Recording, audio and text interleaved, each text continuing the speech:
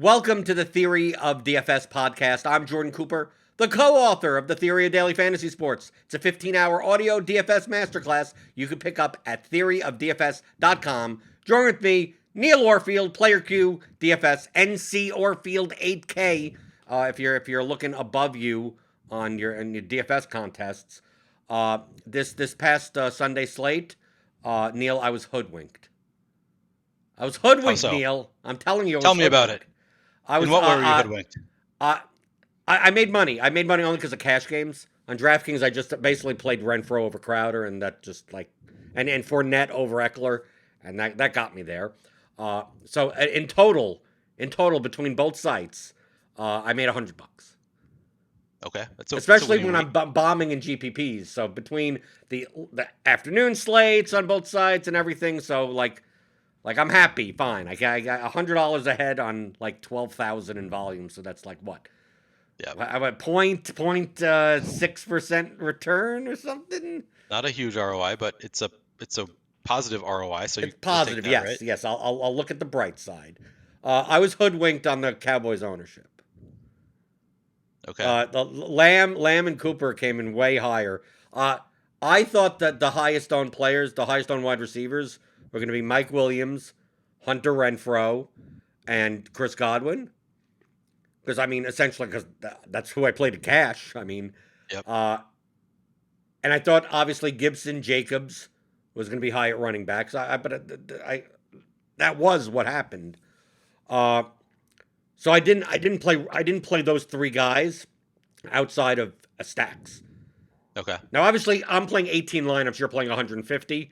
So, like, right. I'm being very, like, I could make 7,000 lineups up, but I have to pick 18 of them. 18 only? I thought you played more like 60 to 80 usually. No, that's only if I'm doing, like, mass multi-entry. I'm not playing the slant. And I've stopped because the slant is only 20K to first, and more than half the entries are, like, 150 maxers now. So it's like, right. Either I max entry. Also, I had a show in the morning. I'm just building, basically, lineups for the power sweeps, the spies, the red zones, the $33 5 max, but I'm also throwing those lineups into the milli, throwing those lineups into play action. Those lineups have very good min cash equity that I just throw them in. I originally didn't, but then I saw how bad the lineups were in a lot of those contests. I'm like, yeah, they're they're not leveraged enough, but they could get there. So let me just throw them in, and maybe I can min cash. So yeah, that's why it was 18. Right, so once you add up all those, it was 18 lineups. So I had to be judicious on what I was going to do. So I just decided I'm not going to play Godwin as a one-off outside of a Brady or Allen lineup, right? So either as the run back or as part of the stack, and then not going to play Williams unless it's with Herbert, because I wasn't playing Mike Glennon, and then Renfro unless it was with a run back with Mahomes, which I didn't even get because I got Jacobs in my one lineup with Mahomes. So I was trying to avoid them as the one-offs. And I also was trying to avoid, the cheapo guys. I didn't want to play Guyton as a one-off. I wanted to make a much different construction that I was playing, 10% or lower guys as wide receiver one-offs. Didn't mind eating the running back. I had a really small pool of 6 running backs. Most of them didn't do well, so it didn't matter. So I had a lot of Lamb, Cooper, Higgins, Chase, but no Burrow. I didn't play Burrow. I played I played Higgins and Chase across from Jeff Wilson, as a secondary part. Since I needed a cheap piece, and I didn't want to play cheap. I didn't want to play cheap wide receivers. Right. So yes, Higgins and Chase had very good games, but Jeff Wilson had 5 points. So what did it matter? But the ownership. I had the Cowboys stack at I had Lamb and Cooper at somewhere between 8 and 11% owned. Okay, Cooper was 8.5 in the milli.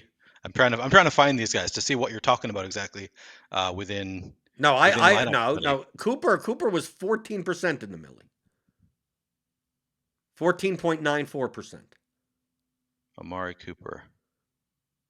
Was he? I have results DB up on Roto Grinders. Okay, yeah. So I think that Lamb in the milli, and obviously I'm not necessarily gearing my lineups to the milli, but in the Wildcat, Lamb was 14.8 and Cooper was 12.9.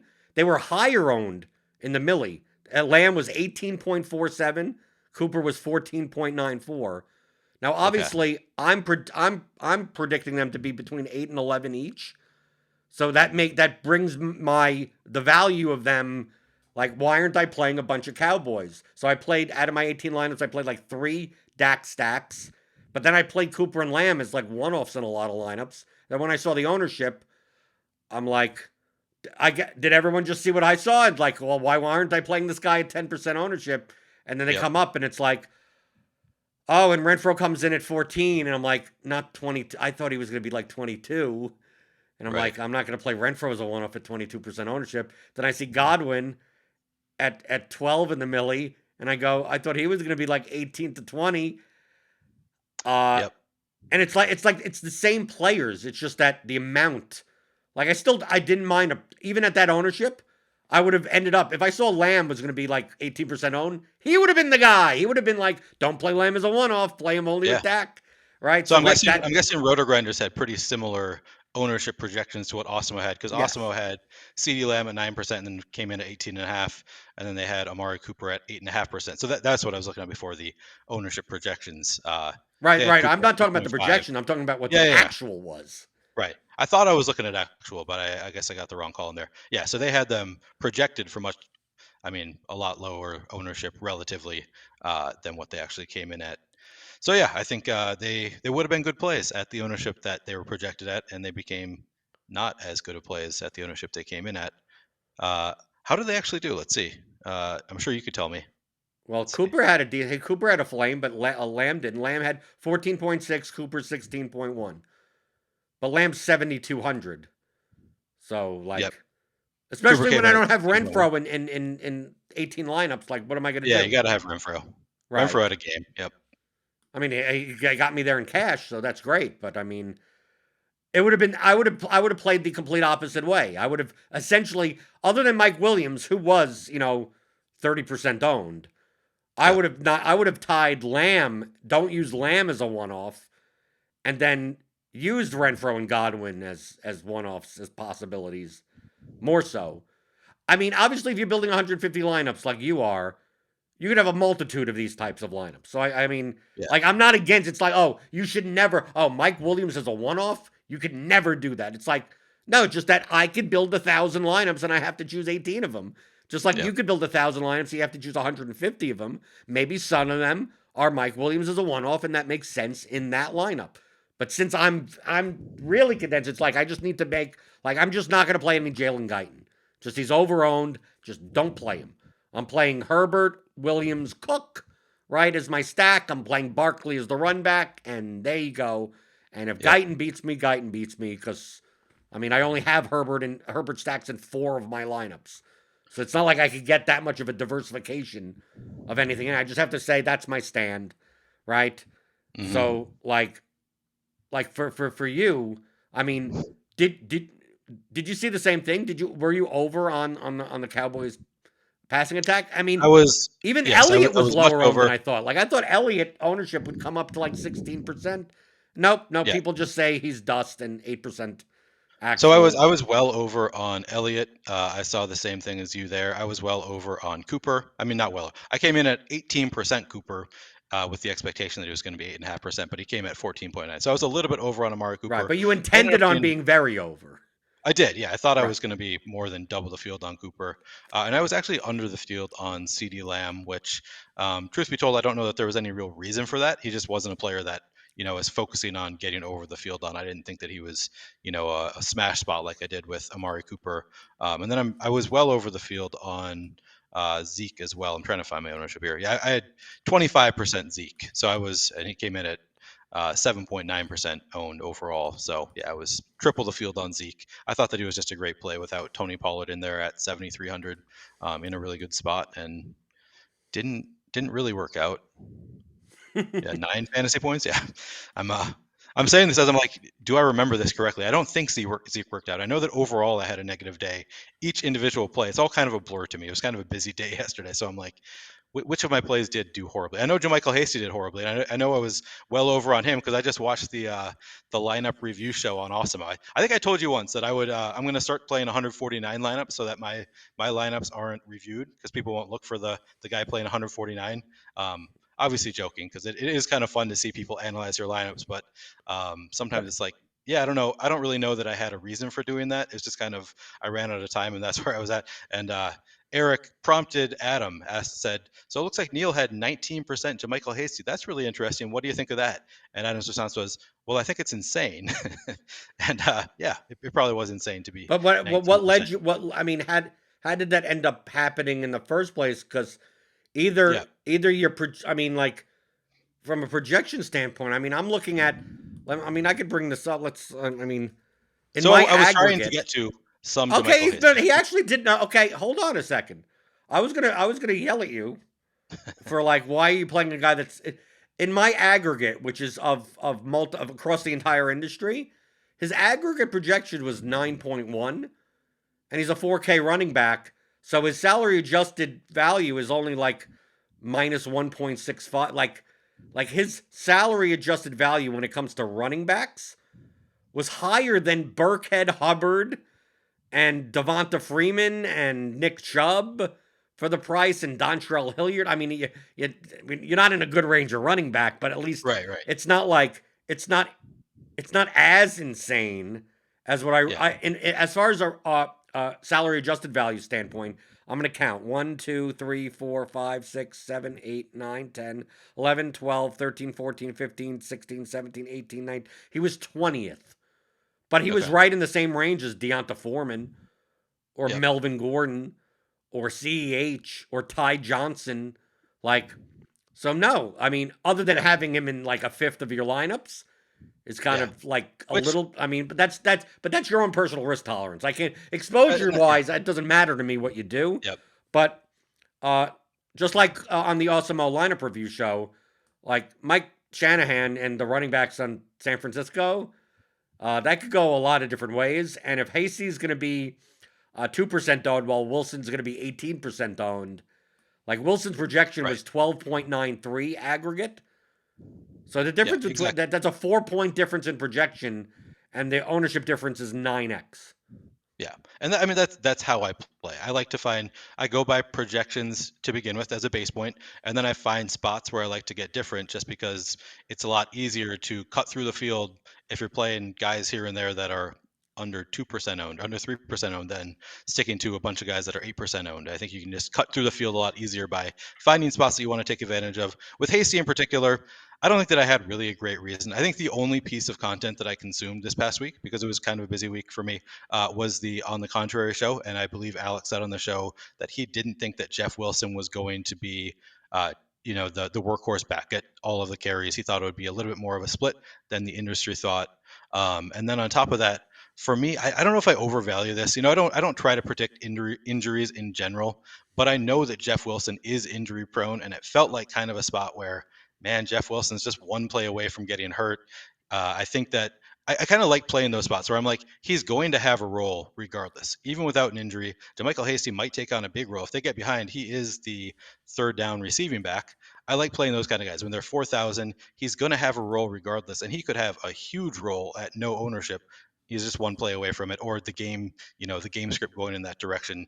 Those are the kind of guys that I like to sometimes get well over the field on. I wasn't shooting for 20% JaMychal Hasty. That's just kind of where I ended up when I did my final build. I also had 20% Deontay Foreman, which worked out a little bit better. Was looking really good early on, and then kind of faded out a little bit. But If you're talking uh, about banged up running backs, why didn't you have 20% Corey Clement? because I don't think he's as good of a player, and he wasn't in as good of a spot, and they don't like to run the ball quite as much. I just think, Zeke gets hurt. I don't think that Dallas is like, I want to feed Corey Clement the same way. If Jeff Wilson gets hurt, I thought it was more likely that they'd be going to JaMychal. And I thought that just his baseline role, I thought it was more likely that JaMychal Hasty would be the guy who would have have a lot of work, even if Jeff Wilson didn't get hurt. Whereas Corey Clement, like, I didn't see him getting a ton of carries with Zeke still in there, and then he ended up getting more than I expected. But I can't predict the future, so Did That's you why, did you I play a guess. little bit of both lines running backs until you saw that the third is actually the practice squad guy? So I saw that it was a practice squad guy after I had actually finished my final. So I finished my DraftKings lineups at probably an hour and 20 minutes before lock, something like that. And my hope was that I would find time to come back to them. And of course, I didn't get back to it after that point. So I finished my DraftKings, then I went to my FanDuel, and then I worked on my Yahoo. And I spend way more time on the DraftKings ones. But if I could have it back, if I had had more time, I think I would have lowered those guys a little bit Yeah, after but no hearing one that. would have known. You didn't know until the game, until you see. I mean, they had three running backs active, and it's like, okay, well, you figure Jamar Jefferson on first and second down, Godwin would be okay at third down, and then they got a guy on the practice squad just to fill in once in a while. It's like, nope. Well, there was a report that said they were expecting him to have a big workload. Yeah, I but did how many? see. We I see these know, I reports. I know, mean, come on, but it really? wasn't from Ian Rappaport. It was from some random guy. So I trust some random guy more than Ian Rappaport, of course. Yeah, I don't know. I didn't know Do what you to do do you there. trust those? I mean, we also saw this week that Pete Carroll said Rashad Penny would have a bigger role, and he did have a bigger role. But Pete Carroll Yep, lies more than that. I mean, come on.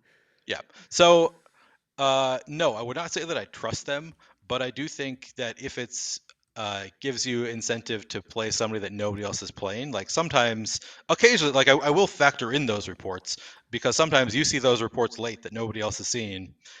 Sometimes that's a way that you can maybe find a little bit of a, it adds a little bit of volatility, gives you a spot where you can find a little edge at low ownership. So sometimes I think that if I had actually, so I mentioned that I had a kind of chaotic week. I think that if this were a week where I had my usual amount of time to look at it, I feel like I would have gotten to some Rashad Penny because he was the kind of play that there's so much volatility in that spot. He is 4,800. He's playing against the Texans. I, for some reason, am a sucker for Rashad Penny always. So I think that I probably would have had a fair amount of Rashad Penny if I had given it more thought, independent of tools and looking at other stuff. If I had just thought about it more myself, I think I would have played some Rashad Penny. I feel like that was a pretty big miss on my part because I think that's a player that's a spot that I think that I would have liked normally, You could even have played even both independently. pennies. You could have played Elijah Penny also. He got a touchdown. Did he? I didn't even Yeah, know that. yeah, I got it for the Giants. Uh, Okay. I think the key point here with the coach speak, like that's what we call it, coach speak. It doesn't Yeah. necessarily mean just NFL. We've seen I'm Doc saying Rivers. independent of the coach speak. Just for the record, when I say that, I think that it was a miss for me. I'm saying independent of the coach speak. I think that he was a fine play against the Texans for 4,800. I think that I would have wanted to have some at no ownership. But then the coach speak again adds in some volatility. So then it just would No, have but I helped think I think that's cause why you play more. it because of the coach speak. We see like Doc Rivers with the 76ers lineup. You can never trust what he says. Is Embiid? Right. Doc Rivers acts like he's not at practice. I don't Yeah. know. No. He seems maybe he's fine. Oh, Like, he's aren't you there? questionable? Really? Yeah. Right. That happened I last year. He was like, "Oh, I didn't know he was questionable." Come on. right. Come on. Uh, the reason when we say fading coach speak or not paying attention to coach speak, I think it's uh, when it's reflected in ownership. Exactly. Like Yep. that Agreed. to me, like this Rashad Penny thing, for instance. Uh, Pete Carroll said that Penny will have more of a role. Now, if that meant that Penny was going to go from 1% owned to 8% owned, I'm willing to just not to say let everyone else fall down that rabbit hole. But Exactly. if he goes from 1% to 2% owned, and it's like at 2%, what's the upside here? That he gets 80% of the carries on a team that likes to run the ball as a 10 Right. point favorite? Like that's the upside. You want it that like you said that volatility, but when the field is embracing that volatility, that's when you want to get that's why I Exactly. looked at like Javonte Williams with Gordon back. Yep. Like, and people were acting as if like, oh, now because of the last game, they're Yep. gonna feed He won the Williams now. role. He's the guy now. Yep. Right. And I'm like, no, you're way too confident in that. Like Gordon's like Yep. back. So like I'm just gonna X out Javonte Williams and let I'm not gonna play a 22% owned guy in a timeshare for the Broncos. People are overconfident. Now, if it was the type of thing where Javonte Williams was 2% owned, like then I'll play. If he was 2% owned and the coach said, no, we're gonna probably run with a 50-50 backfield, and the whole field was like, yep, you can't play Javonte Williams anymore because they're going to run with a 50-50 backfield. I'll be like, no, I'm going to take a shot that maybe coach speak doesn't matter, and the last game was so good that they're just going to give Javonte Williams the ball. Like, it's not, the key point here is just like what we do in DFS in general of leveraging ownership, is that we're not trying to predict what the outcome is going to be. We just want to see how the market, how the field is reacting to the variance of the situation. And we want to typically be on the other side of the confidence. Yep. Agree 100%. Maybe not 19% on the other side with Hasty, but I mean, hey, if you want to take a stand there, that's perfectly fine. But to me, I view that type of, if you played Hasty in your lineups, it doesn't matter how many of your lineups or whatever, I think playing the Detroit running backs were perfectly fine. I think like all these situations, if you played Deonta Foreman, if you played Dontrell Hilliard, but actually Dontrell Hilliard came in at 8% ownership in the Millie. Did he really? Was he higher than Foreman then? Right, because he had a good game last week. Oh, right, okay. Right, so you get the recency bias. He had Dontrell Hilliard in the Millie was 6.83% owned. Yep. Deonta Foreman was 4.85% owned. So, like, I take a look at, like, Jamar Jefferson in the Millie was 3.08. Godwin Ikwebuke is 1.88. So, like, if I told you that, like, they're both low owned, but, like, given the choice, I'm going to choose Ikwebuke because he's lower. Like, what matters between the two? No one has any idea what's going on in that situation. Right. If you played Alex Collins at 1.45% ownership because you're like, I don't believe Pete Carroll, I think that's perfectly fine also. It's just the matter of, like, even with Elliott, for instance, I over predicted or whatever. I thought the field was going to react more to that. Like the fact that Pollard was, even on Friday afternoon and Saturday morning, was reported like not optimistic to play at all. So I'm like, well, Zeke's only 7,300, and who else is playing? I mean, like, people don't like playing Zeke. They think he's dust, which may be true. But I thought his ownership would go from, I had him originally projected at about around 8% ownership, and I bumped him up to like 14 or 15. And at that rate, I still was like, he's underowned at 14 and 15. But I'm looking at this. I also see Lamb and Cooper as underowned at 8 to 11. So I'm like, what do I do here? It's like, well, I'm just going to play. I played a lot of it in different lineups. And knowing the ownership, how it came out, like, it would have been that I would have had, like, out of my 18 lineups, I may have only had Lamb in, like, 2 DAC stacks. I would have had Cooper and maybe as in those lineups, as well as, like, maybe 3 other as one-offs, maybe. And then I had Zeke Elliott in 8 of my lineups instead, based on that ownership. But if you tell me that Zeke Elliott was, because of that news, was going to be 26% owned, I would have been the first person to say, I could, maybe I X this guy out completely. Maybe I only have him in 2 out of my 18 lineups. And you most likely would be under the field on them. For sure. But that's the key point, and especially when you're on Awesemo shows, to highlight that it's not predicting the outcome. It's knowing the range of outcomes, and then whichever side the field is too confident on, you're on the other side of it. Yeah. And when the field is hesitant to embrace the variance, you're more likely to be like, well, what happens if it's this way? It may be lower probability, but your payout is so much more when they're so much lower owned. That's where I get my catchphrase. That's what the tools say, because that's what the boom bust tool basically tells you. It gives you the ownership, it gives you the optimal lineup probability, and it gives you a leverage score based on the disparity there, and you can kind of, make your lineups accordingly. Go over the field, go under the field based on what those are saying. And I don't use rely on it 100%, but I think that it's usually a good starting place to look at what do the tools say. What is the ownership coming in at? What is the chance that this player is going to be in the optimal lineup according to our sims? I think that's a really good starting place for making your lineups. But you also have to realize that the tools are all built around the projected ownership that they're run through. Sure. Right? So, like, I do look at the boom bust tool on Awesemo, but I don't just, what you could do, what most people would do, is go to the leverage column and sort from top to bottom and go, the ones with the higher score, like, they're under-owned, and the ones with the lower score are over-owned, but that's in relation to the projected ownership at Awesemo.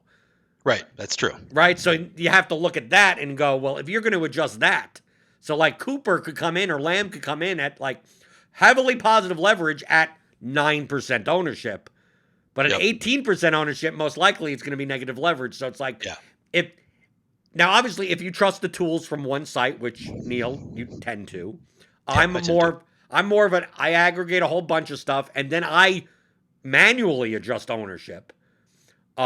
I can't just simply look at that column.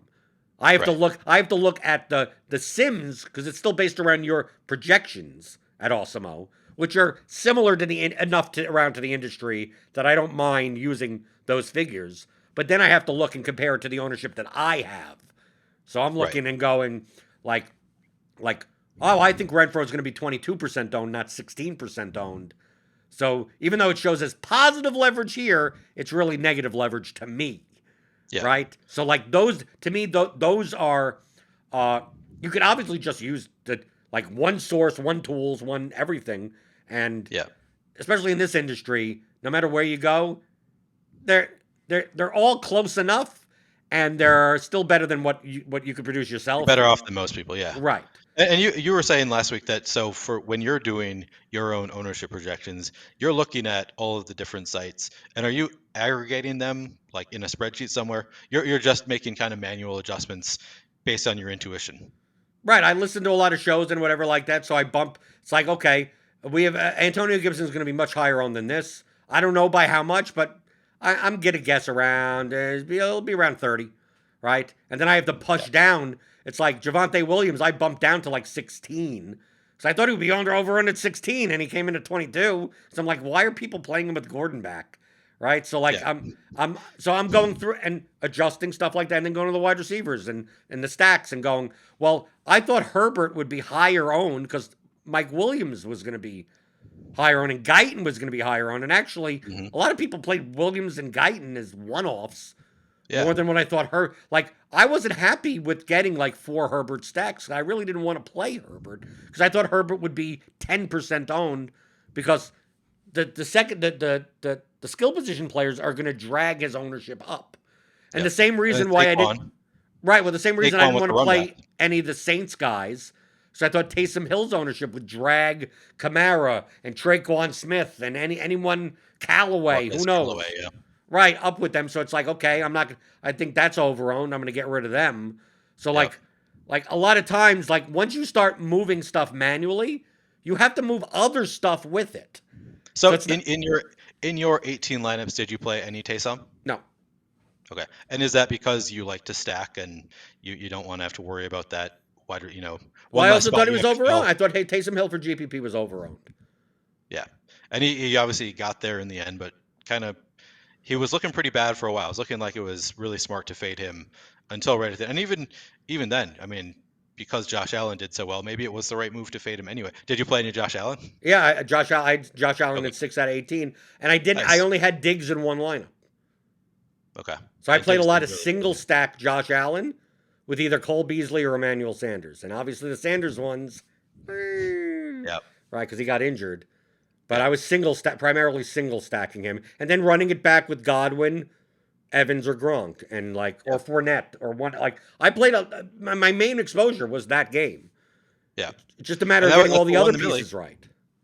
I think the Millie winning lineup was Allen with Cole Beasley, and then no run back. I mean, for what you want to take from a Millie winning lineup, I don't know that you can read too much. Right, but you could have used Fournette or Godwin. They both got there, so that would have been just as good as any other one-off. My problem is that when you have Gibson and Jacobs and Elliott, like my running backs, other than Fournette, like the running backs didn't really get there. Barkley did okay, I guess, 18 points. Yeah, he did fine. Right, but really the run, I just in my 18 lineups for the smaller field contest, I was trying to get much different at wide receiver more than I was at running back. And the running backs just didn't get there. It didn't matter in cash games, but that was just those were the choices. I'm not playing J. Michael Hasty when I'm playing 18 lineups. and I have Jeff Wilson there projecting 4 points higher. And Right. my lineup is already different enough. My contest, my lineups are geared towards 5,000 entry contests, so it's not geared towards the millie.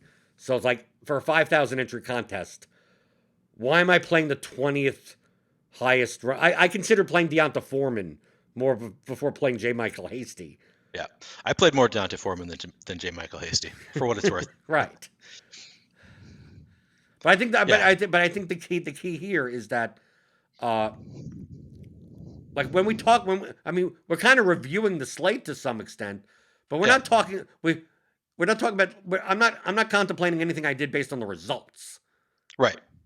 Just based on your reasoning going in and whether it was good reasoning. For me, so the only thing that I'm like, this was a miss for me is Rashad Penny, because I think that he was actually a solid play at the ownership that he came in at and at his projected ownership.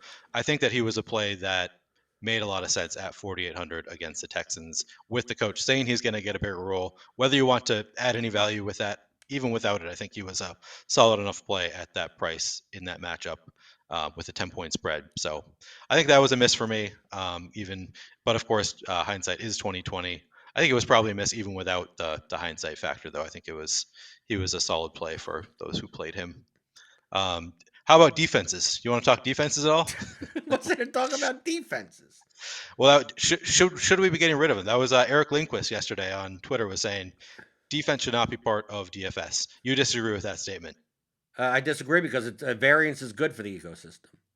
Yeah. Yeah, I think I disagree with the statement. I get where he's coming from. I don't hate the idea. If they decide to get rid of defense, I'm not going to boycott. No, But we would want, from a short term perspective, sharper players would want less variance because it allows them to benefit from their skill more. But just like in poker, you have to have the bad players win often enough to keep on playing. So yeah, defense allows, like, there's no edge that we could get from defense, really. So right. that's kind of like we're playing 8 players, and then this, like, we're rolling a die, right? We're playing the roulette wheel on the last one and then there's some slates that defenses really don't matter. Like the Right. highest scored defense is 10 points. And then sometimes there's one defense that scores 26 and everyone else is garbage, right? Yep. So you really don't know what you're going to get there. But a bad player could take a bad lineup, win with, a 1% owned 26-point defense. And like we want that money to stay in the ecosystem, but if it wasn't for that, it's never good when you go on Lineup Rewind or on Results DB and for MLB, NBA, NFL, and go to the large field GPP and sort from 1 till 50 places and see like it's like mostly 150 max players. Right. Like if that's happening day in and day out, like that's not good for anyone long term. Short term, yeah, we're raking in the money, but then 2 years from now, it's like, wow, how come my ROI is now like so much lower? It's like, yeah, because all those bad players are broke. Right. So you need that die. You need the variance to be thrown in. You need to have people being able to win with banging your head against the keyboard type of lineups. MLB lineups. You know how many times, Neil? We'll get into baseball season. You're gonna get this question probably at least 2 or 3 times a week doing the Awesemo shows. There'll be a slate where the winning GPP lineup is like 8 one-offs. Yep. Right? Like just like the 2 guys that hit 3 home runs and a bunch of people that hit home runs, and like there's no correlation, no stack, no nothing. Then people ask, is it necessary to stack? And it's like, well, yeah, you increase your chances of winning, but there's also 40,000 lineups in this contest, and 5,000 of them are from people that are literally banging their head against the keyboard. There's a chance that one of those 5,000, I said that I'll change my perspective when you show me someone that constantly builds lineups that are not stacked, that the same person starts winning and profiting. Right. Because all we're seeing is one lineup from some random person, and it's always a different random person, because there's obviously people that build their lineups on the toilet and just go, oh, these are my favorite players, or whatever the hell it is.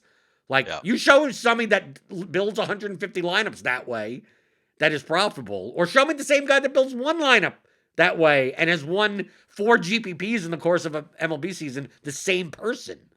Yeah. Then at least that, I mean, mathematically, there's still nothing to talk about, but at least you'd have more of a case. But just like So random dude, like we see there's 200,000 entries in this contest. Well, this guy played this lineup, stacked three guys, played two of the Chiefs running backs together. Aren't they negatively correlated? It's like, dude, anything could happen. yeah, And there's so many different screwed up lineups in these contests that, like, over time, right, long run, you're going to be profitable. You're going to have positive expected value building lineups in this way, which isn't yeah, as stringent as people in a think, way that makes sense. Yep. right? In a way that makes sense to some degree, projection, Yep. ownership, and correlation wise. But you'll still have, and out of 200,000 entries in this contest, there are probably 20,000 entries of single bullets and 2 or 3 lineups of random Joe Schmo at the bar. That's just like, I don't see any Yeah. reason why I can't play 2 running backs from the same team or 3 wide receivers without the quarterback and like those types of things. And weird things happen in NFL. And if there's 20,000 people doing those weird fucked up things, it's inevitable that one of them hits. Someone's gonna, yeah. So Right. let me tie this back into NFL just a little bit. Do you ever play a naked quarterback, or do you always play a quarterback with a pass catcher? I see the value in playing a naked quarterback, but typically I don't, because Okay. typically they go over owned. Okay. So I think that I'm getting away from it a little bit because I think so early in the year, I think I was doing it a little bit more, looking at the boom bust tool. Often those quarterbacks, the Taysom Hill types, look really good in the boom bust tool. And my thinking then was like, well, they project so well. Should I really be getting away from this player who has such a high chance of being in the optimal lineup just because you can't find somebody to pair him with? Maybe I should just play him without a stack.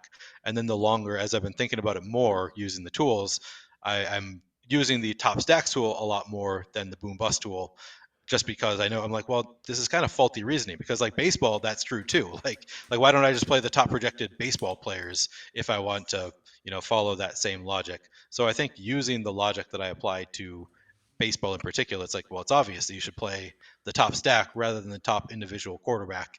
But it's hard. I mean, I saw Rinpack played 150 Taysom Hill lineups yesterday. He was just going for the top projected plays, and I mean, he didn't win the contest or anything, but obviously the play worked out fairly well. But yeah, so I think that I am moving away from naked quarterbacks for the most part as well.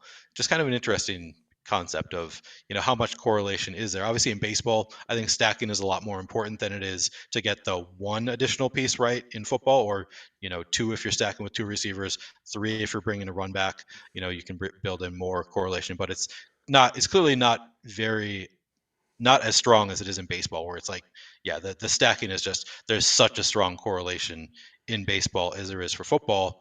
But I still think that there's enough of a correlation in football that it's worth, building in stacks rather than trying to go to one-offs. Well, everything is always based on the scale of how much projection and leverage that you get from the correlation. So, Yep. like, you tell me Taysom Hill, let's make his price 1,000. I don't mind playing him as a naked quarterback because he's just so undervalued. What if he's 90% owned though? What if he's what? 90% owned at Well, 1,000. then maybe you don't, even though he's so dramatically right. But you Yeah, understand? You're making the I understand what you're example, saying. Yes, right, of yes. these levers mattering. Of Yep. like oh, I can't play this guy. Like we see in NBA, this guy's gonna be 80% owned at 4K. I can't play a guy that's that owned. Yeah, but he should be Right. 95% owned. Yeah, yeah. So he's actually still under owned. And then you Yep. see uh, uh, guys that are so like where is like okay, he's 4,000 underpriced. It's like, well, if he's 98% owned, maybe you could not play them in some lines. So it's the same thing with the correlation of the lower the price is. Because people ask me this in NBA. And NBA, the correlations are so weak in NBA that if you literally remove that lever from your entire process, you wouldn't be giving up much, or like Yeah. you could almost not even care about it. Like that shouldn't be your priority. Let projection and leverage be your priorities. And this is like once you get these 2 levers good, then you could start tweaking and try to get a little extra edge from Yeah. that type of stuff, from the correlation stuff. But people ask me like, can I play Giannis and Middleton together? Can I play like like it's not in a vacuum. It's what are their prices? Yeah. Like you tell me like on the Bulls, and the Bulls are dead now. I don't know. Do they have any players? We're missing the next two games, right? Do they all have COVID or something? Yeah. But I thought we were past the point of games being postponed, like multiple at a time. This is I was kind of surprised by the 2 games being postponed in a row, but we don't need to get into all that. It's just surprised me to see that right before the show. right, but I'm talking about like people like Levine and DeRozan for the Bulls. Yeah. And they're both like 8K, 8,500. Is like, well, they take away from like there's if DeRozan puts up 70 fantasy points, Levine doesn't have a flame emoji above Right. him, right? True. So like they're at their 80th plus percentiles, they start getting negatively correlated to each other. Yeah. But it depends on their price. If they're both 4,000, Yep. like they're 4,000 under price Obviously. each. Like Yeah. like they're going to project for a median of 11x. And why wouldn't you want to jam both of them into your lineup? They're like, what's getting there for a 4K player? What? It'd be easier to set if you could set a rule that's like max salary used from a team would make a lot more sense than max number of players from a team. But that's not something. I mean, in Fantasy Cruncher, I don't think you have that option. You could do it manually with groups, but yeah, I mean, But the it's concept totally applies. The based on- concept applies that like and even if two players are negatively correlated, we have like if we had a showdown slate with the Broncos and it was like Melvin Gordon, Javonte Williams, and Melvin Gordon's 9,600 and Javonte Williams is 8,800, I'd be less inclined to play both of them in the same lineup. But you tell me that Melvin Gordon's 9,600 and Javonte Williams is 1,200. Like, I don't mind playing both of them. Or you tell me both of them are 2,000. It's like I'm jamming them into every lineup. It's like, yeah, but they're never on the same field, on the field at the same time. It's like, But yeah, they if project they're so well coming for in- their price. if they're coming in if they're 9,600 and 8,800 and they're both coming in at 1 or 2% owned, then you probably do want to play. I mean, Right. those are yes. It's all a matter of getting leverage on the field and getting different, and there's so many different factors. But in general, yes, your point stands that you're not going to want to play them at 9,600 and 8,800 if they're both 20% owned, because it's so unlikely that both of them are going to get there that For their price, for their salary. for their price. Exactly. Right. Yep. They're still negatively like the thing is they're still negatively correlated. That doesn't people treat correlation as a yes no question when all it is a mathematical factor question on the two other levels, right? Of like someone's projected for X, they're owned at X. The correlation between these two either boosts them up a little or boosts them down a little, but it's not like a yes or a no question. It's like how much is the correlation worth, and what are their prices that even with negative correlation, the centers in NBA, like why would you ever play the starting center and a backup center? It's like, well, what happens if they both were 3K? I mean, like then you probably still could. And then you go, okay, I can play. Yeah, they can both. Yeah, go. They can both get there at that price. And then once you go, their projection is they projected the two best values in the entire slate. So you play them both together. But now you have to factor in now what their ownership is. So now it's like maybe one guy, the starting center in that scenario, is twice as owned as the backup center, and you're like, they're both the best value plays. A lot of people are going to play both in the same lineup, but maybe I'm just going to play the lower owned guy. Right, because the ownership is different. Now, if they're both the best value plays on the slate and they're both 5% owned, like you're playing 100% of both in every lineup. But DFS is not that the field is not that stupid very often. Yeah, right. You don't see the field is not stupid. Like so when I give exaggerative examples, it's meant as a teaching tool. Yeah, right. You're never gonna find when I show the example of like here's a guy that projects for X. He's 20% owned. Here's the same price, same thing, and a guy at 1% owned. Like, you don't see that. You may see one at 18 and one at 16, like a little bit of a gap, but you're never going to find those like, oh, wow, the best value play on the slate is 3% owned. It's like, if he's coming up as the best value play on the slate at 3% owned, that means your player projections are wrong. Except for in basketball, if news comes out after lock that most people haven't accounted for. That's the one exception where it's like you do everything you can to jam in that player in that scenario. But yeah, football typically doesn't happen. Baseball typically doesn't happen. Basketball is the one sport where occasionally you do find a guy who's 5% owned who would have been 70% if the news had come out before lock, which is why I love basketball. I think we talked about this on Twitter a little bit last year. You're not a fan of that. I'm like, yeah, give me all that, because I just want to take advantage of Oh, I'm a those fan misses of the by a edge. common I'm player. just not a fan of the work. Oh, I know. I know. I agree. The work can be a little bit much, especially if you're like going out. It's so frustrating. But How do you do that? No, I'm home. are you telling me that you put in 150 lineups and then go out during a slate? We talked about this on my first time with you on your show. Yes. So on my phone, I use the late swaptimizer tool on Fantasy Cruncher, which I actually, at this point, I use the late swaptimizer tool even as I'm building my first run, like even before, because you can use it on main slates before lock as well. You can't do it on showdown, which I understand why you can't, but I wish you could. But yeah, so I can make my lineups anywhere. I actually had one of my closest. I didn't win last year, but I got second. Was on a slate that I decided to play 15 minutes before the slate. It was an NBA slate. I was at my parents' house. I wasn't planning on playing, but for some reason, like I kept getting notifications of players being out, and I was like, "Oh, this is really interesting. Oh man, this slate's really fun." I look at it before lock, and I was like, "Oh shit, there's still 2,000 entries left in this tournament," and just decided spur of the moment 15 minutes before lock to play, and then adjusted. Like I ran maybe 4 crunches on Fantasy Cruncher, changing projections, and ended up a 3-pointer. Fred VanVleet missed a 3-pointer at the buzzer, would have won me 100,000. Instead I got second for 25 or 30,000 or something. Yeah, so sometimes those can be pretty profitable slates if you're just like aware of what's going on and just like be ready, even when you're out. You can do it on your phone. Yeah, I wouldn't be able to concentrate on anything. I mean, you just got to look at it 5 minutes before each lock time to see what's changed, see if you need to make any huge adjustments. Maybe it's a person. Maybe it's just a me thing. I consider I'm probably on the autism spectrum. I'm probably You want to somewhere. be more present. If you're out somewhere, you want to be present where you are.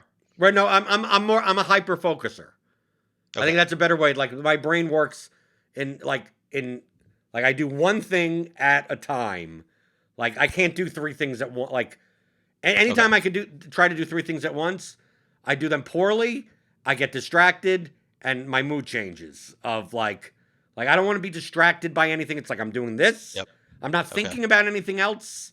Right? I'm doing the podcast right now with you. I'm not thinking about what's going on or people making fun of Ben the Better. I'm not thinking about any of that type of Nobody's making stuff. fun of Ben the Better. He just won $5,000. Well, he got his money from Brian. He did. I saw Right? that. Yep. Who doesn't have a PayPal account? I don't know. I think that he didn't want his identity outed. No, I know. That's what I figured as well. Yeah. But the point being is that's the reason why I don't play NBA You want on to do an one NFL thing day. full ass. Right? When lock, I could do soccer in the morning, MMA in the after. I could if they're spaced out like that. That's perfectly fine. But I like focusing on NBA lock is at 7, and I need to pay attention. I don't know when this news possibly comes out, but I need to be locked in to what do I do if this thing happens. I don't want to be in the middle of watching a TV show. I don't want to be because I wouldn't be able to concentrate on that thing while this thing is already going on. So that this is the main reason why I said I with the shows that I'm doing and not being able to be in a groove day in and day out. It's like I'll just wait for NFL to be over, then I'll do NBA, and I'll know that 7 to if I can't be around from 6 o'clock Eastern to 10:30 Eastern at any point, it's because obviously an hour before lock you got to build lineups. So if that's what it's set out to be. Like there's nothing. I'm just staring at my computer. I mean, it's like I'm not even going out and doing anything. I'm like oh, lock hits at 7 o'clock and it's 7:01. What do I do? It's like, well, I'm preparing for the 7:30 game to lock. I'm preparing for the 8 o'clock game to lock. Right? I may go get a drink. I may go get something, a slice of pizza to eat or something, whatever like that. But I'm just, because everything's moving. So my lineups are going to be moving up and down. So it's now well, do I switch these lineups? Do I not switch those lineups? It's that's all my focus. So I can't focus on anything else. So if I can't, if I'm not able to hyper focus on something, I'd just rather not do it. It's probably a life plus EV move as well. Going back to your podcast with Eric about a month ago, your plus life EV. It's probably plus life EV for you to not be playing those slates if you're out doing stuff. Maybe I'm just an addict. Maybe that's the only reason that I do it. And I've actually this year I'm taking off a lot more slates than I have in the past. Like I'm probably not going to be playing NBA tonight because I'm just going to be doing Showdown. I'm going to be on a show tonight, so I'm probably not going to play NBA. And there have been slates this year that I have just taken off, even just because I'm going out and doing stuff, and I know I'm not going to be able to focus. But I guess if I'm going out and I'm still going to be able to have my phone on me and the slate looks interesting to me, I'm still probably going to play just because I Yeah, but enjoy with doing it. 150 lineups, the only time that I could do that is the only time I've ever done it is more like in soccer, where I'm not playing a lot of lineups. I may only be playing cash. I may only be playing 3 lineups, and then it's like, okay, and we've had in the past. They've kind of cut off some of the way that it's scheduled out, so they only have the slate with the games that are happening at the same time. But it Mm-hmm. used to be on Saturdays where like they'd have 10 a.m. games, and then there'll be one 12:30 p.m. late game on the same slate. And the Mm-hmm. problem with soccer is that you don't get the starting lineups until an hour before kickoff, and they rotate players, so it's not like you could kind of predict, but you'll always have to Okay. check. And what happens if this guy's in? He's the best player on the slate if he starts, but if he Right. doesn't start, you're fucked. I mean, like it's Ah, you have to be prepared for that type of stuff. So like if I'm not like I could do that for soccer with very few lineups of like I'm pre-planning my lineups at 10 a.m. going, if this guy's in, I could do this. If that guy's out, I could do that, and whatever. And then an hour before that game, the first games come to an end. The starting lineups for the 12:30 game come out. Like I've been out and say, go to the bathroom. You lock the door in the bathroom or whatever, and you go, let me check the lineups. Okay, this guy's in, that guy's out. Oh, they have a cheap fullback in. I could do this little switch there, and like within 2 or 3 minutes, like I'm done. But I don't because I could do it on my phone because I only have 3 lineups.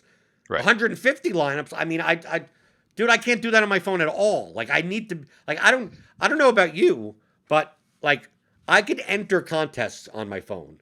I could Yep. edit my like cash lineup on my phone. But like everything, I've never used the phone function. I load up the desktop site and start downloading CSVs on my phone. Like I've. Is that what you do? Wait, so are you saying that you don't use your phone like to even like look at scores and stuff? No, I use my phone to sweat. But Yeah. as far So as far as typically, like as far as change, like if I'm gonna change 150 lineups, it is always gonna be on my desktop computer. okay, yeah. So I'm different in that way.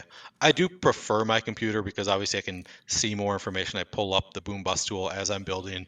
I can look at, how things change easier.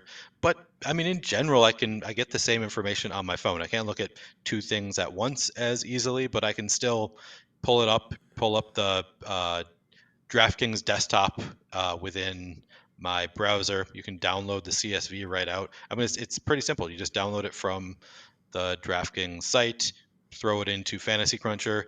My one issue is sometimes Fantasy Cruncher will save my information. Like if I make a bunch of projections adjustments in Fantasy Cruncher, usually it will save and they will stay there on my phone. So I'll see the work that I've already put in. Occasionally, when news comes out, they will reset all of the projections, which can be frustrating. And then I have to kind of decide, well, how much do I really want to change here? But typically, it saves my information. It saves all the work that I've done before lock, and it transfers to my phone, so I can pretty easily make adjustments on my phone when news comes out when I need to. But so exclude this that swap this guy in for that, and you're just doing that all on a mobile web browser.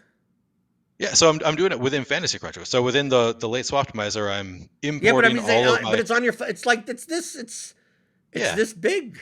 small yeah. You have to scroll sideways and up and I was gonna down. grab it, but it's plugged in, so I'm not going to. Right. Yeah, no, it's a small screen, but it's big enough that I could. It's a little bit frustrating. So yes, if I'm home, I will come to my computer immediately because I can see a lot more information. It's easier to see the whole row on Fantasy Cruncher, whereas on my phone I have to like scroll over or do it sideways, like you're saying, all that kind of stuff. It's a little bit frustrating sometimes seeing what you're working with, but in a pinch, it's not too bad. Well, what your laptop set? I mean, when you say your computer, you do all your stuff on a laptop. Yeah, I have my laptop hooked up to a big monitor that I use. Yeah. Okay, and how big is your monitor? Ooh, 24 inches maybe? 24. Okay. Do you use the laptop monitor also? No, I just Okay. use the big Oh, just monitor. one monitor. Okay. So maybe it's more of a screen space type of thing. Like my normal setup, like right now, I have three 27-inch monitors, Oh wow. Okay. and I don't overlap anything. So like everything has window tiled space. Like across, I have a browser space. I have a Discord. I have two Discord windows. I have a Slack window. I have my to do list app window. I got TweetDeck going on one entire monitor. Like I don't like any overlap. I'm not even a big fan of having that many tabs open on my web browser. I want anything that I'm working on to be in front of me with me not having to switch out of view. So like everything is in view. So even when I'm like aggregating stuff and looking at different information, I will open up a new Chrome window and put it over like, okay, I'm not looking at TweetDeck now, so I could use this entire monitor, and I will have Mhm. multiple browser windows that show like here's ETR's projection set, here's Osimo's this thing, here's the Roto Grinders, so I could just look. I don't have to Okay. go, let me look back and forth and back and forth.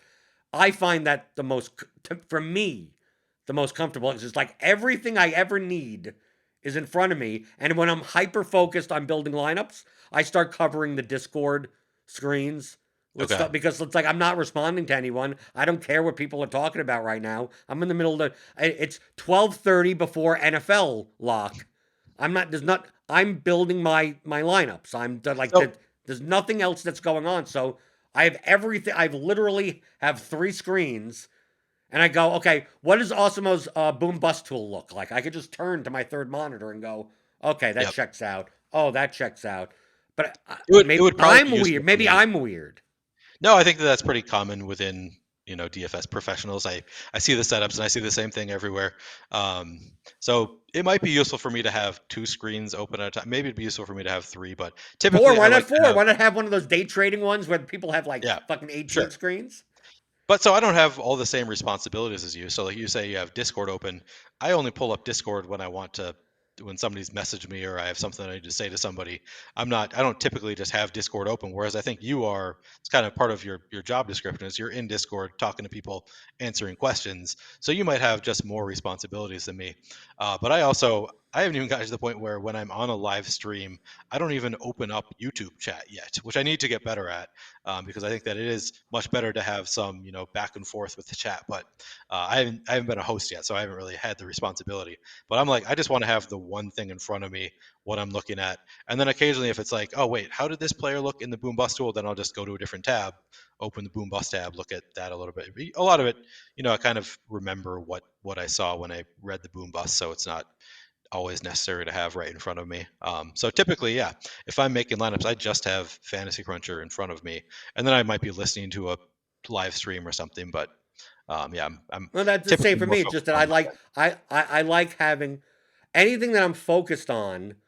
I want to I want like I want to see nothing else. So like if I'm putting together this recording, clipping off the ends of the podcast, it takes me 10 minutes to like change the thumbnail and upload this to YouTube and put in the description. It's like, well, I have Audacity for the audio. I have Adobe Photoshop open. Like it just takes up like that. I don't mind covering TweetDeck because like I'm not reading tweets at this point. I don't want to read tweets at this point. I don't want to see if someone is messaging me on Slack. Well, they'll wait 10 minutes. Like this is what I'm doing right now. Then when I'm done with this, I'll get to that. And I get and typically I get annoyed when people distract me. But that's why I said Right. I think I'm autistic in some way. I'm in you know I don't want to one thing hyper focus. But do you think that the better DFS players, if you had to put a spectrum, if you want to call it that, hmm between people that hyper focus versus people that are more likely to be able to like compartmentalize and go like I could do six things at once. I think hyper focus for sure. You, Would be my guess that most that DFS would be players more are hyper beneficial. focused. I think so. I think typically that's what most DFS players would be my guess. When you see I don't know. When I think of the typical DFS player, it's kind of nerdy, really like focused on the numbers. I think it's good to be hyper focused because you have to look at a lot of data and analyze a lot of data and like keep one thing in the back of your mind. This player's projection versus while you're looking at a different player's projection and ownership. So I don't know. It'd be my guess that it's mostly hyper focused people. Do you disagree with that? You think it's more people who are able to juggle a lot of different things at once? Well, I mean, but I find it that because I take a look at some of the people that like are literally playing every slate on every site, and Yeah. go, I don't even understand how you could even do that. I mean, I just like the focus and how do you upload to 5 different sites? Have the early only slate, have the tiers slate, have this have all of that done. The answer would either be it's more of an automated process, Yep. which that's the stuff that I'm working towards. How do I get this more streamlined than I am so I could add more stuff, which I've gotten better with, which is fine. I can build lineups. I used to for NFL. I used to be on Saturday night, and I'm taking me 4 hours to build lineups. Now I feel comfortable. Like, dude, I could just wait until inactives Yeah. before I mean, I do doing. most of my work after Right, inactives. right. So I don't even have to stress. Like I'm good. I know what Yep. I'm doing, right? But it's like that extra. Like, how do I bounce between like, okay, I got to do Yahoo, I got to do this. It seems like for you that you do it more hyper. Like I'm gonna go from one site to the next Yep. site to the next site to the next site. But like to me, NBA late swap like that, just fucking shoot me. Yeah. Because some news comes out 8 minutes before lock, you got to change 4 different sites, 5 different sites. Like Yeah. I wouldn't be. I'd throw up my hands and go. I guess I'm losing today. I'm just So like, yeah. or what And I that's do is I focus on one site and say, I guess FanDuel just doesn't get fucking taken care of. And that's what happens to me a lot. I miss lock on FanDuel, and so be it.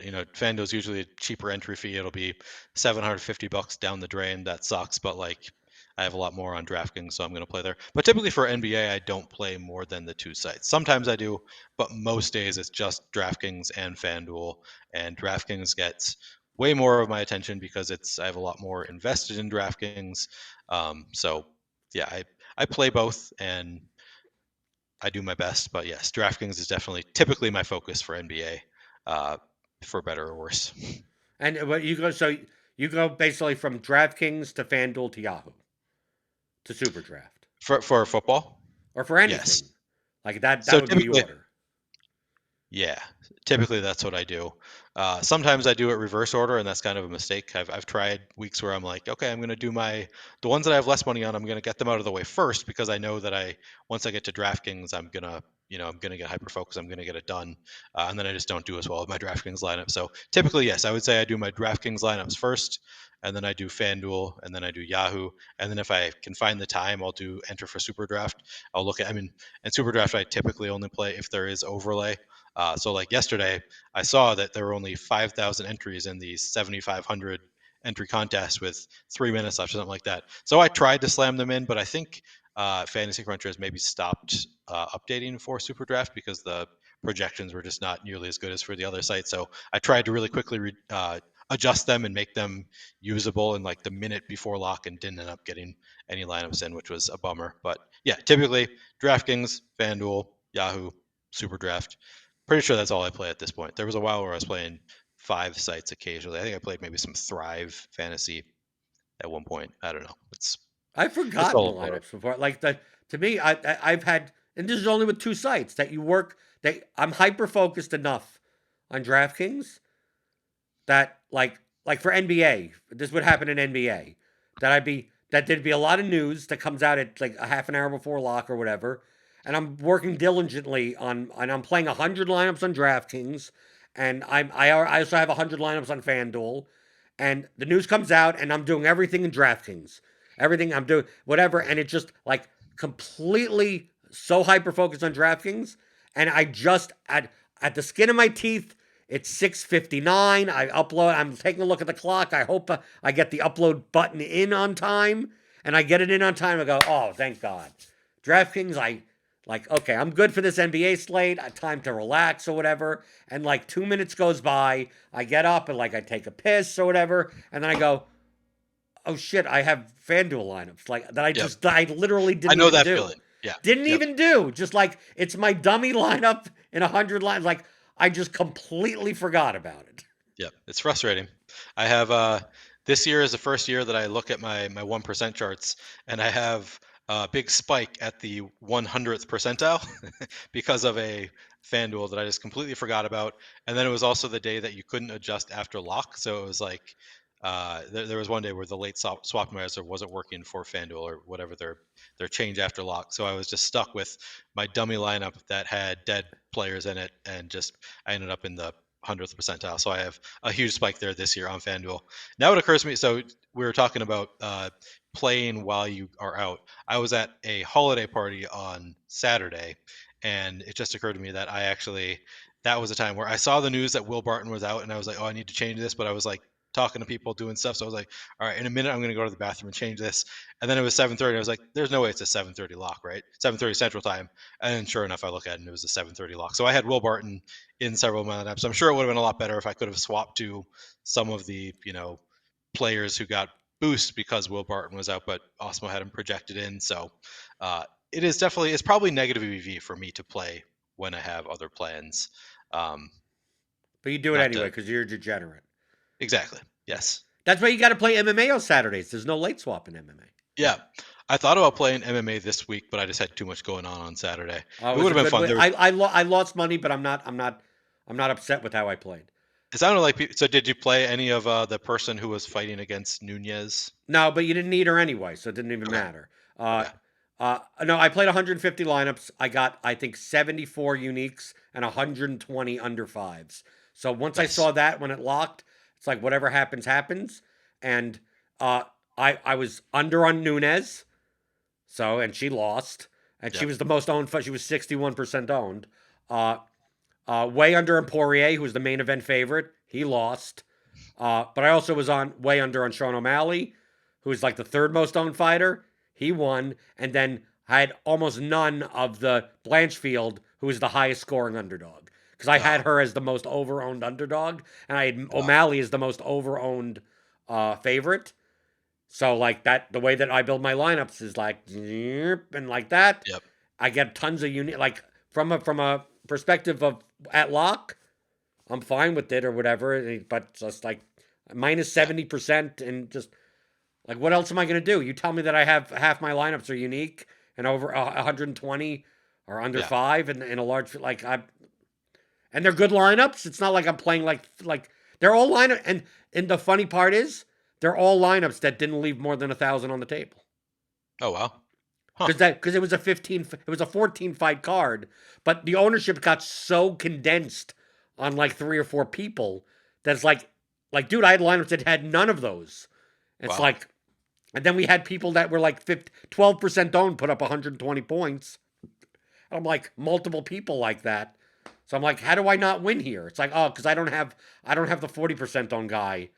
Yeah. And I don't have yeah. Right. The 40%, the one guy up there got there, and then the underdog that was 22% owned, that should have only been 10% owned, she got there. And now it's like I don't have that many lineups that are like live.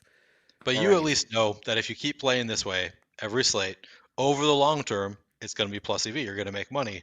I think a lot of people probably try to play that way twice and lose, and you're just like, okay, DFS isn't for me, I guess. I play I mean, look at my MMA results. Like my MMA results, I think I've played a total of, 40 slates, right? Because I only started playing since COVID. 40 slates. I think I've lost money on 37 of them.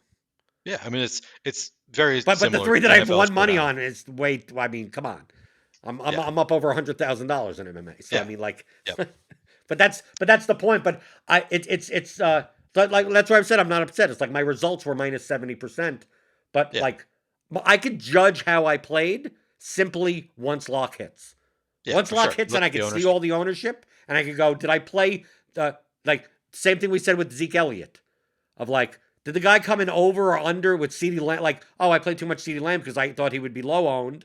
Yeah. Like the guys that I thought were under owned were actually lower owned than I expected, and the guys that were over owned were even more owned than I. So it's like I look at this and I go, dude, if anything, I would have changed. I would have had more of these. I mean, Right. it would have been even more asymmetric like Yep. that. So, and then I see my uniques and I see my under fives, and I go, like, I played well, and like I could just whatever happens happens at that point. Yep. But it's the slates where it's a 12 fights card.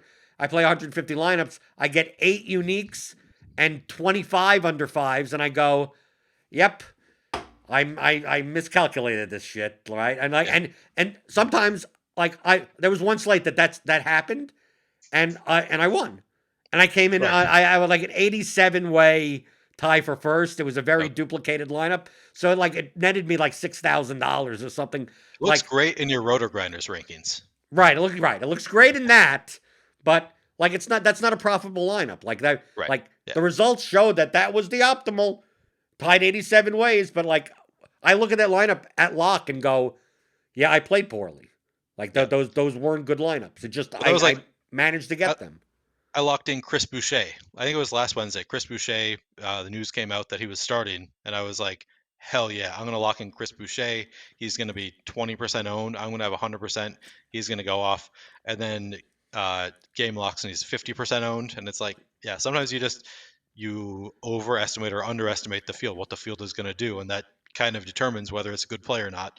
And he was fine. He didn't do great anyway, so it wasn't a game breaker either way. But even if he had gone off, it's like, well, yeah, he went off and 50% of the field had him, so you didn't really have as big of an edge as you thought you had. If I had known he was going to be 50% owned as a somewhat volatile player, maybe I would not have had 100%. But yeah, it's an interesting concept, kind of knowing whether you played the slate well as soon as you can see ownership, and it's always a fun thing for me on Showdown in particular when I download the sheet to see how owned is everybody, how where am I relative to everybody else. It's always fun to see where the field actually comes in at because you can learn a lot when you. I mean, seeing Jakeem Grant was 11% owned, I probably would have had zero if I had known he was going to be 11% owned last night. Of course, would have been a bad decision in terms of results, but I think it was probably the smart decision to not go to Jakeem Grant at 11% owned yesterday. Well, just So like on last week's slate with Dalvin Cook. And I'm like, if Dalvin Cook's actually going to be 24% owned, like I'm jamming him in. Like what? Like why aren't people? Oh, they're scared of the injury. But getting back to bookend the whole conversation from the very beginning of like where I was on a show saying that I think Dalvin Cook is the best play on the entire slate at 24% ownership. And people are like, aren't you scared of the injury? It's like, no, the field is scared of the injury. right, Like I'm going to play with, if you tell me Dalvin Cook's going to be 55%, if there was no injury concern whatsoever, and he was a 10-8 running back in this spot on Showdown, he'd be 16% in the captain and 60% in the flex. Like, and no one would have a problem playing Dalvin Cook on this slate. so Why? What? uh, Like there's some factor. Either people are going to act like the injury doesn't exist, or they're going to yep, act like the injury is too much. Like I just want to be on the other side, and it looks like yep. the other side is treating Dalvin Cook as a full workhorse. Dalvin Cook, but I even said on the show, it's like we have him at 24%. We're projecting that the field is going to be wary of him, but maybe it ends up that the field isn't wary of him, and he ends up coming in at 45% owned. So it's like to me, this is I don't know where it's going to go, but I leaned more on the side that people are going to be concerned. So Okay. I went So towards that side. I played the slate opposite. So I went to that game. I had a friend in town, came in Oh town yeah, for you that went. I game. saw on Twitter Big you went to big that Steelers game. fan. Yep. So we were going out before the game. I didn't have the opportunity to really adjust like after inactives or like factor in what actually like the projected ownership was late. So when I was making my lineups, I got notification Adam Schefter saying Delvin Cook a full go will have full workload or something like that. So my response to that was I think the field, because this is coming from Adam Schefter, the field is going to play a lot of Delvin Cook. Mm. And because I think the field is going to be really high on Delvin Cook and they're going to fade Alexander Madison, I'm going to do the opposite, which obviously didn't work out. But that was my thinking when I was trying to make it, trying to make this calculation hours before lock. I was like, I think the field is probably going to get there because Adam Schefter, people love Adam Schefter. They're going to respond. The report is saying that he's a full go. I think people will probably trust it. And I'm just going to assume that he's not a full go, which was not the case, obviously. And I wish Right, I had but your played decision was based on the fact that you thought Dalvin Cook would be more closer to 48% than Yeah, 24%. exactly. Yeah, Right? I mean, that's really what it came down to. Who could predict ownership better? And yeah, I tend to be right more than not, except for CeeDee Lamb. yeah. Except for fucking Cowboys. But still, it's not like it was a 30% difference. It wasn't. It was a 50% difference. I mean, catastrophic. dude, Oh yeah, I was Lamb. It's a. I mean, look, I thought it would be 9% owned. He comes in at 18. Like I'm right. off by a Okay. lot. That Yeah, is a that's true. lot. That is true. That is right? yeah. Okay. Yeah. Right. When I I meant think Hunter 30% Renfro's as going like to be 22 and he comes in at 14. Like right. that's a lot. It Right. is. It is. Right. Yeah. Which I don't try to predict ownership. I just try to go with what the tools tell me. That's Yeah, but one if you go thing to different sites, you'll see different things also. Yeah, yeah. Right. You'll go and you We go talked about like, that last week. It's probably something I should be looking at least to see if there are any huge disparities, and then maybe because I try to project a little bit different than what they're telling me. So maybe it would be smart to try to do that for ownership. I don't have any confidence in my ability to predict ownership. So far I'm just kind of trusting what they tell me, and usually it works out, but obviously sometimes there are misses. you know what would help you? Having more computer screens. Oh, you're right. Yeah. Right. Running those calculations on my third screen. Right. No, you Yeah. have all the ownership in front. You have all the projections in front of you. Yeah. Right. From, So you from can all see the it's like, different well, sites. this side has this and this side has that. And then also you look at the articles and stuff and you go, well, this site is just like pumping up this guy for no fucking reason. Yep. Like, what Everybody's makes talking Austin about Dalvin Hooper Cook. that much of a better play than Jared Cook? Like, I don't Yep. understand. Like, yes, he's projected for a half a point more, but why is it? Like, why is that a core play, but Jared Cook isn't a core? Like, that's Right. the type of stuff. And you take a look at like rankings around the industry, and then you look and you go, it's Sunday morning, and I don't know why Javonte Williams is still on all these lists. Right. Right? So it's like my projections say that Williams should only be like 10% owned. Like he should efficiently be like 6% owned. Right. And based on the projections, even now, 10% would be at least reasonable. Right. What, like, is he going to really, if everyone's just using projections, he's going to come in at like 10% or 6 to 10%. And maybe I do play him at that. Maybe he's viable. But I'm Right. looking around and like, I still see people touting Javonte Williams, even with Gordon active. So it's like, yeah, he's going to be like 22% owned. It's like, okay, like, this is easy. This is Right. an easy game. But I mean, if you just looked at the pure numbers, you'd see absolutely no reason why Javonte Williams should be that owned. Unless you just take a look and see that everyone's he's been on all of these lists on Wednesdays and Thursdays and Fridays. And he's going to be probably less owned in the higher stakes. But if you're playing lower stakes, it's like, like I knew Jamison Crowder would be popular in cash. Like I knew it. Number one, he was coming up as, in optimals, right? Because he's cheap, 4,700, and there was really no wide receiver value. And if you wanted to get Eckler, Crowder mattered on what your Eckler projection was. Because the more that Eckler was higher than Zeke and Fournette, the more that the combination of Eckler and Crowder beat out slightly the combination of Fournette and Renfro, or like one of those types of situations. But I noticed on ETR, if you go to their top plays, Jamison Crowder was the number 2 wide receiver play on their top plays.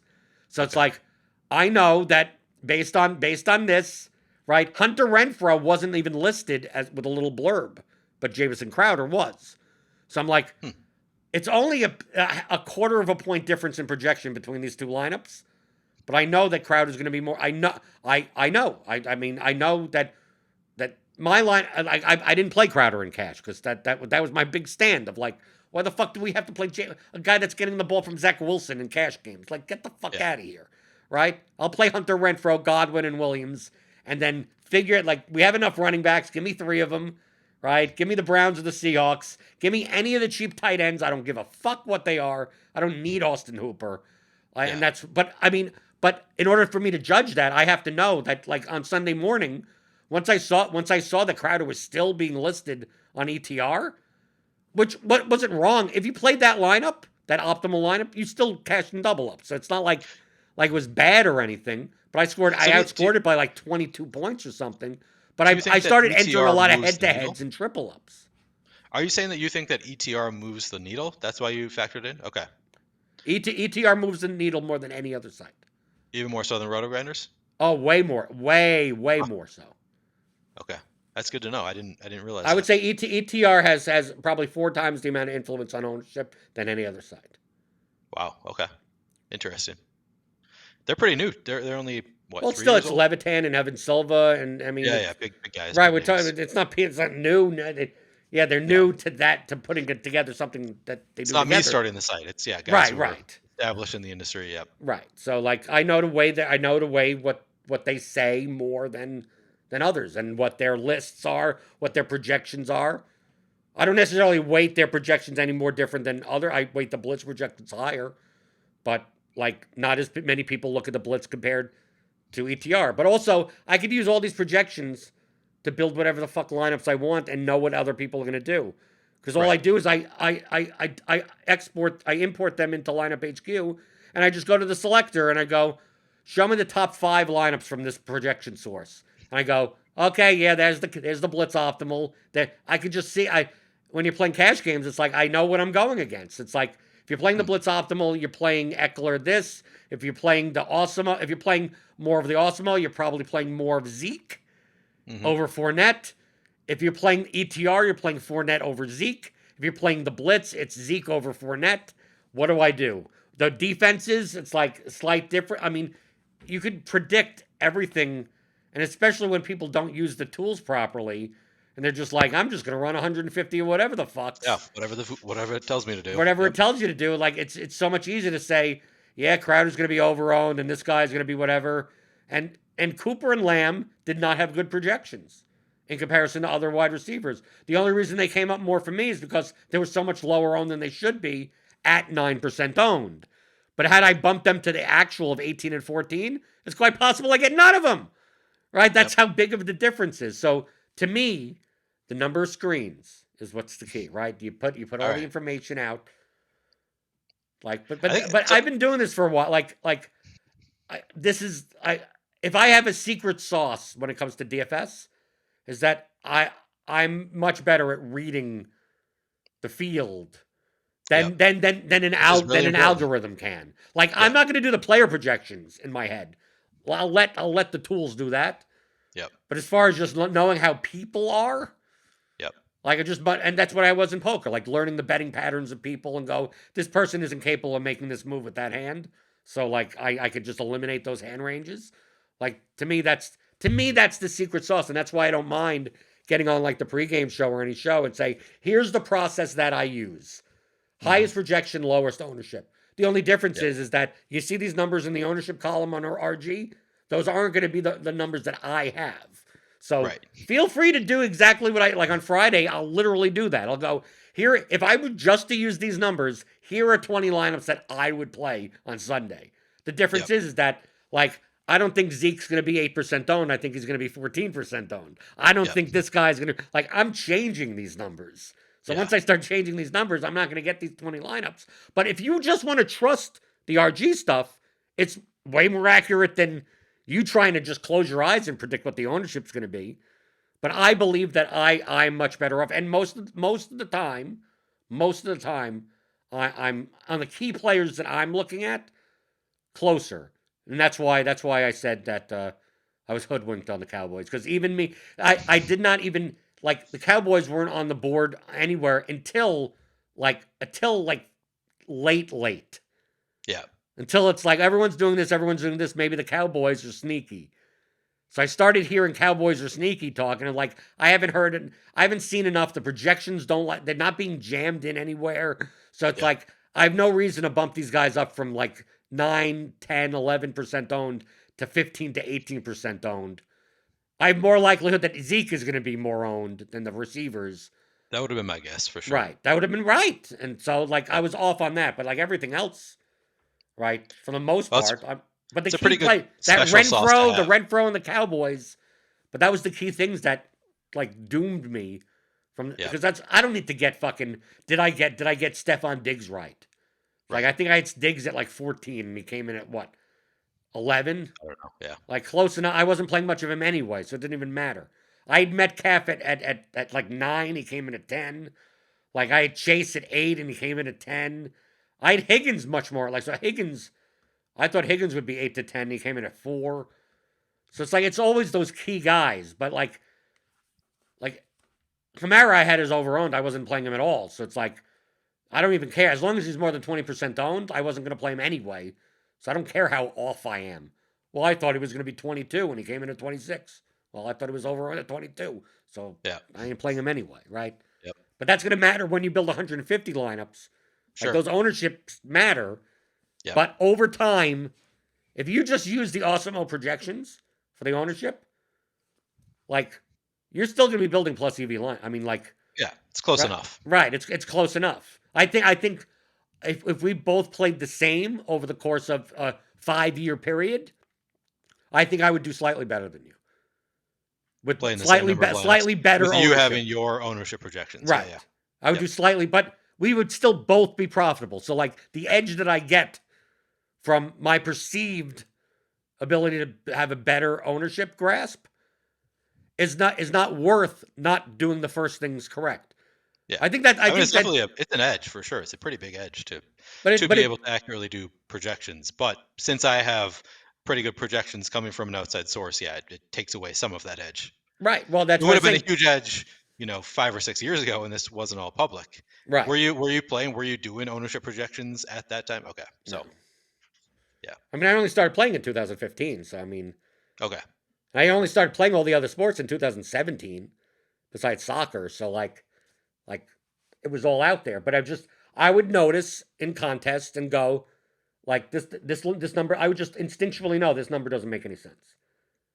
Like I just keep on hearing about like why would people are going to play this guy more because it's a 1 point difference and algorithmically, mathematically, it should be 20% owned and 18% owned. And based on, well, I hear twice as much people talking about one guy over the other guy. It's gonna end up being 26 and 12, right? It's gonna end up something like that instead. And I just always was like, no, I don't trust this number. Like the player projection, I trust, but the numbers, the ownership numbers, it's like because people aren't rational. Right. Like a lot of times, the ownership projections assume a more rational market, and I know people are stupid. People are fucking dumb as fuck. Right? I know how the world works, right? I've gone out and seen people, right? So people you have to adjust for that. In that specific scenario, I think it also can be people don't always have enough time. So like if you're using an optimizer, the optimizer is going to give you more of the guy who projects a point better. And it's not going to factor in the ownership necessarily. So my best slates typically are the ones where I have time to manually adjust the different projections just a little bit. So I get more of the guy who's projects slightly worse, but is way lower owned. But then on the days where I say like, oh, I'm just going to start doing it 20 minutes before lock, I just decided to play. I might not have the time to do that. And that has happened to me a couple times this year where I've been like, man, I got a ton of Precious Achua when he was starting. And like, I hadn't really done any research. I decided to play because I'm an addict, a degenerate. I played anyway. And I got a ton of Precious Achua and who was the other one? Svi Mikhailuk. I got a ton of those guys. And then I see, I think that was the day that Shit My Money tweeted out like, man, this is great this year. People are just playing a ton of these bad chalk plays. And I was like, damn it, I'm one of the people who played those guys. And it's because sometimes you don't have the time to make those manual adjustments. And even if you had thought about it, you would have. Some days you just have those slates. And I'm sure there are plenty of people out there who are just like, well, I'm going to play the slate. I'll just do what it tells me to. And you can kind of count on that happening, even among good players, I think sometimes. Yeah, but don't you think that's a leak? Like when I hear you say, "Oh, I just did it because I didn't have the time," and like my attitude is, if you didn't have the time, you shouldn't have been playing. That's a good attitude. Right. That's probably smart. That is a leak. I agree with you. Right. Or maybe you've won on those. Like you've won 100,000 on those. Well, I think that's probably the reason that I did it again this year is because I had that time last year was like, but that was also a different slate, and I probably need to factor in that time I thought I had an edge. As I was seeing the news come in, I was like, oh, I think this player is going to be underowned. Like without even looking at anything, there are some slates where it's like, I think I have an edge because I think I know what the field is going to do, and I think I know what they're going to miss. And I think that was what happened on the slate that I was a 3-pointer away from winning. Whereas on this slate, I didn't really have that edge. I just was counting on other people are not going to adjust well to, like it was people were being ruled out, and I think Achua maybe was named the starter pretty late, and so I was like, well, I don't really have a strong feel for what the Toronto rotation is going to be, but my guess is that other people are going to play it wrong, and I'm just going to trust the Osmo projections, and hopefully that'll work out for me. And then in that case, it did not. But yeah, probably would be wise to stay away when I don't really have a good feel for the slate, and I'm just hoping that other people screw up while I rely on projections, because yeah, it I think doesn't always but I work think out. over time, macro wise, you'd be correct, Yeah, right? I mean, just relying on if the you just projections. did it that way, you're Assuming probably other people are going to screw up the projections, I'm using good projections and late swap optimizing, assuming that I have enough edge there. You think is probably macro wise a big enough edge? right. Even right. I think macro wise, if you just did that all the time, I mean, it's one of those things where how do you know when you're focused or when you're not focused? Like it's like there's some slates where the amount of information you have to process is actually like very minimal. Like occasionally you do get an NBA slate that's like, wow, really nothing changed since 1 o'clock. Right? I mean, Right. like there's like so if you did it that time, like it would have been fine. And like it's really the crazy ones, but a lot of times it's the crazy ones before lock that have the biggest edge. That Oh if yeah, you those are just my favorite jam typically. projections, everyone else is gonna fuck up enough that you didn't have. Right? I understand what's coming, but my natural instinct is like I said with the hyper focus of like if I can't hyper focus, right? I mean even with my wife, I have a policy of like if my door in my office is closed, that means I'm not to be disturbed. And if the door is open, that's perfectly fine to disturb me because we had to have that because my wife has the complete opposite. Like I'm a hyper focused individual and she has ADHD, right? So she's the complete opposite. So like she's used to like it'll be 6:56 before NBA lock, and she's coming in going, okay, we could have this for dinner or that for dinner and this and my I've get been there. out of here. Like I'm Yeah. done, right? And Yep. I'm gonna be a little extra mean in those situations because I don't want to like I'm hyper focused on something and then I'm being Yep. distracted. So it's Yep. like we have to if the door's closed, like but if the door's open and she comes in, then at least it's my fault because I didn't close the door, Right. right? Yep. Type of thing. But it's like Yep. coming from that type of brain pattern, like I just can't fathom yeah, like half an hour before lock. Yeah, I'm gonna just jam in 150 lineups, even though I haven't looked at this. Yeah.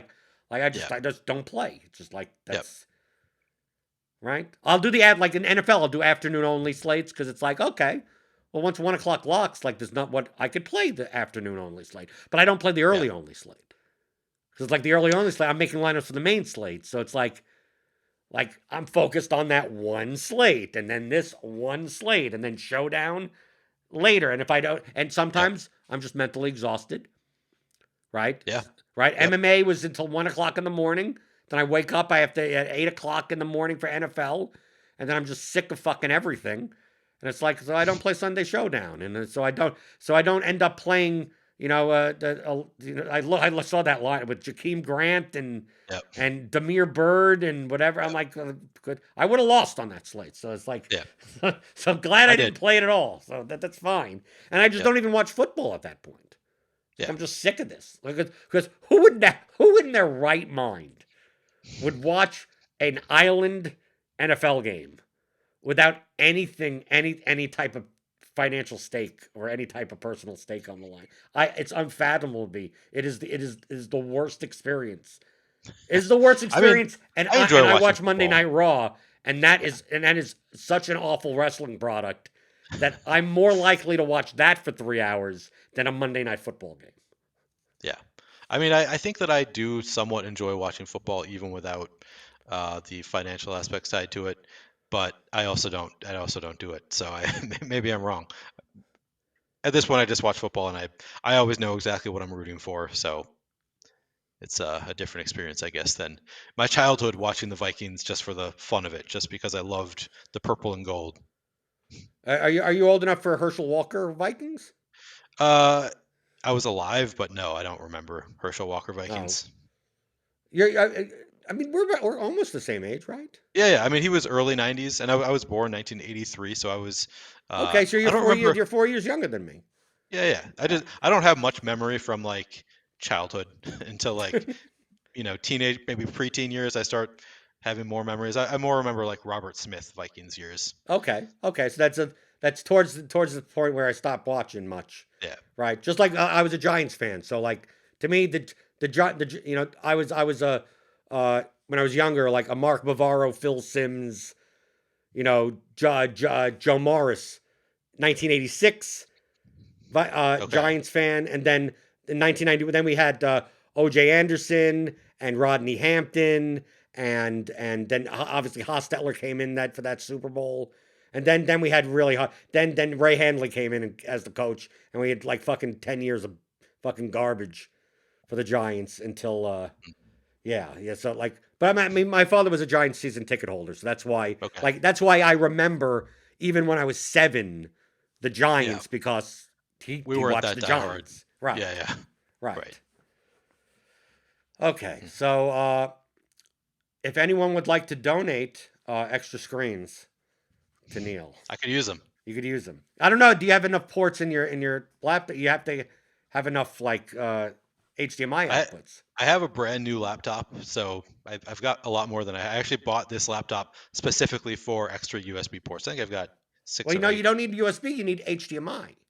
Ooh, I get a USB to HDMI converter, can I? Yeah, but that doesn't that I, doesn't work. It doesn't work that way. okay, all right. There are devices that do that, but it'll be heavily delayed. Essentially, it becomes a Oh, screen capture tool.